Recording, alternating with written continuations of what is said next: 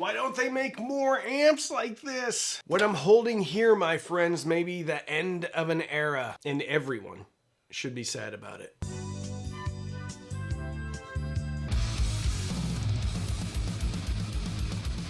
In a world of Class D amplifiers, in a world of integrated amplifiers with DACs, there's one product that harkens back to our past, where amplifiers, receivers, were all analog, and you just can't find them anymore. So sit down, grab a cup of coffee, and let's talk about why more amps should be made this way.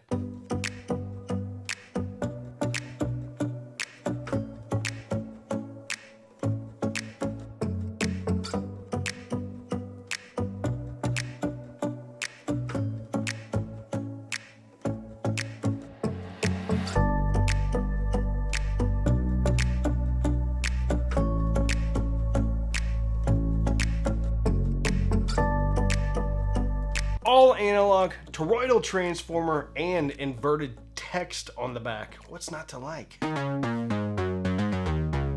Specifications: 0.15% THD at 80% of rated power. Signal to noise ratio, 82 dB. We're gonna come back to that. 5 stereo inputs. You have 4 RCAs and 1 phono stage. And it works with moving magnet and moving coil cartridges. 6.35 millimeter headphone jack output. And I listened to it, which is strange because I usually don't. Actually sounds pretty good. Even had planar headphones on there. Come on. These are the Hyphaman Sandara closed back. Anyway, it did really well. Also tried it out with the Meze 709 Pro? I always forget. 109 Pro. It's great. If you want to use it for a headphone amp, it sounds really good. Also has a 3.5 millimeter input on the front and 5 buttons, which means if you want to change inputs, you just hit the button associated with that input, and I love that. It does have tone controls. You have to press the menu button and then you get into it with the volume knob. Kind of sounded like we're getting into an argument with the volume knob. No, you use the volume knob to navigate the menus. What's on the back? On the back, quite possibly one of the best decisions a hi-fi manufacturer has ever made is what Cambridge Audio did here.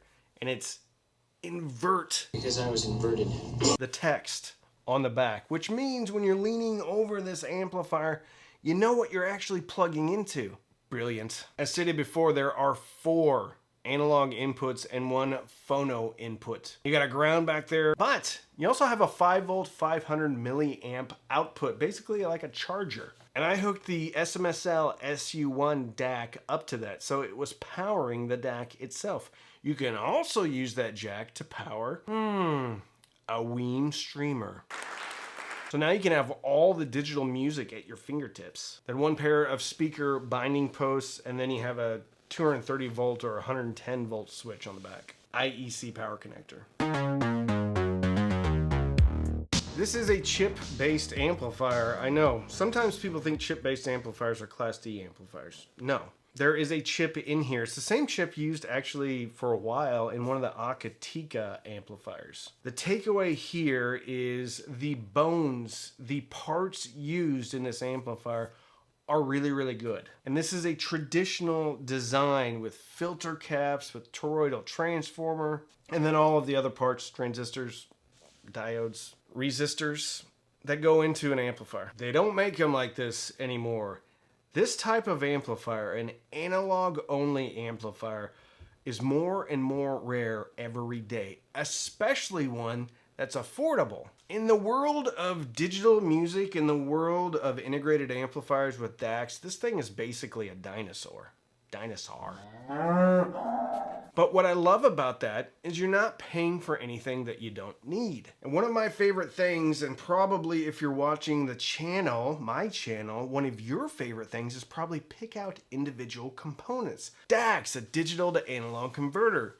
Because a DAC can make a huge impact on the sonic performance of your system. Since this AXA35 does not have a DAC, you get to pick out your favorite one. And you don't have to pay for one up front that you're gonna change out later. And since it's affordable, you can scale this up as you get more money in your pocket or your bank account. This is kind of like having separates without actually having a separate amplifier. Also comes with a remote control. Very nice remote control, frankly, for the price of this product. This is my remote control from my Advanced Paris A10 Classic, and they're pretty comparable. Similar button feel, similar weight.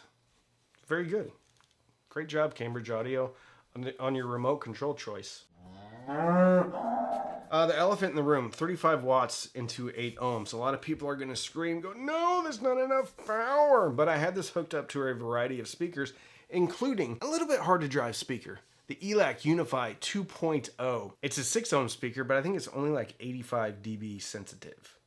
And I was able to get that I was able to get it into the low 90s. If you do push this amplifier on harder to drive speakers, you're going to hear maybe a little bit of harshness. It's going to break down a little bit, but it's 35 watts. So I'm pushing this thing beyond what it really should be pushed. I also had this hooked up to the Sonus Faber Amateurs. Look at these beautiful things. That review is coming soon, so please subscribe to the channel if you're not subscribed. Turn on all the notifications.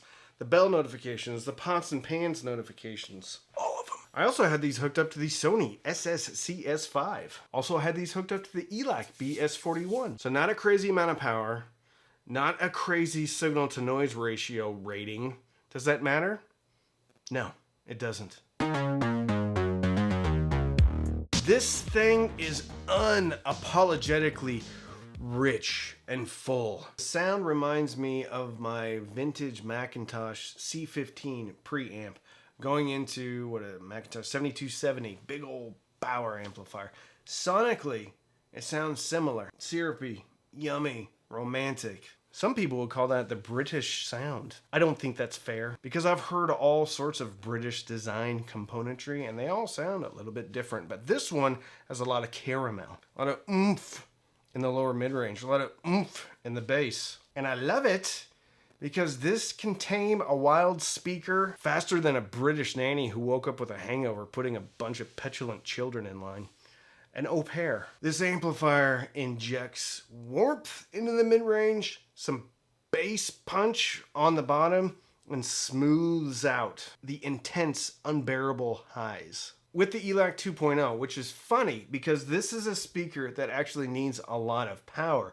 And usually you need an amplifier that puts out some juice to get the ELAC 2.0 dynamic. Even at lower volumes on the AXA35, it brought the dynamics into a very hard to drive speaker. And if anything, balanced out the upper mid-range and top end to be a little bit more pleasant. Even some of my really expensive amplifiers, like my A10 Classic from Advanced Paris, I'm not putting the ELAC 2.0s on there. To me, it's just not a good combo. Sony SSCS5, which incidentally are on sale, I think today, at least they were yesterday. I will link that in the description. These speakers and the Cambridge are like a match made in heaven. It's going to be a successful long-term relationship. And that speaker is $123. So you get the Cambridge Audio AXA35 for $399. $123 speaker. Get a Ween Mini. Less than $600, you got a crazy good system. You get the SU1 for another $80, a DAC, very good sounding $80 DAC, and you're all set. It's crazy that a full-size component these days, $399. But Randy, you can get a Class D amplifier cheaper that puts out more power. Absolutely. Yes, you can. But if you're only buying off of specs, this amp's probably not for you. And if you just skip past this amplifier, then you're going to be losing out. This amp is for people that like traditional hi-fi. They don't like little tiny boxes. This amp is for someone that likes a full-size remote control. This amp is for somebody that is a connoisseur of their hi-fi componentry, or they want to be a connoisseur of hi-fi componentry and they're just getting started. This is not going to fill up a huge room with sound. In the near field, in my office, I got these into the 90s with pretty much every speaker. But that to me is about as high as you're going to get. And I'm sitting 3 feet away. So if you're sitting 15 foot away, you're going to have reasonable expectations because this thing is not a powerhouse and it doesn't claim to be a powerhouse. I don't know a lot of people that listen above 80 dB all the time. So for most people in most situations with most speakers in most rooms, the AXA35 is going to be just fine, going to give you everything that you need and make your speakers as loud as they probably should be. This is also for somebody that wants a minimal system. And I know that's kind of hypocritical to say this is a minimal system, even though you're going to have to add a DAC and a streamer and all that stuff. But you could get a pair of speakers, you get a turntable, and you're done. So this is actually a perfect setup for somebody that wants to have a vinyl system, because the phono stage is very capable. Is it going to beat phono stages that are $150, $250? Well, it depends on the phono stage, but it doesn't matter. Why? Because this amplifier has that warmth. There is going to be detail lost on this amplifier, regardless of what speakers you put on it, regardless of what type of source you put on it. It's not a magnifying glass into the music, so it's not super transparent to the source. And good, because some music isn't recorded well. Some speakers, especially affordable speakers, have a lot of glaring defects when it comes to the top end. AXA35 smooths all that out. And after you listen to it for a while, it's not like you're sitting there going, man, I wish I had more detail. I think this thing is brilliant. I do wish that it had preamp outputs, and bear with me, because if you got this, you could grow with it. And if you ever wanted more power, you could add an external power amplifier and still have a very capable preamp with a very capable phono stage. As it is, though, you get what you get. But what you do get is a component that there should be more of.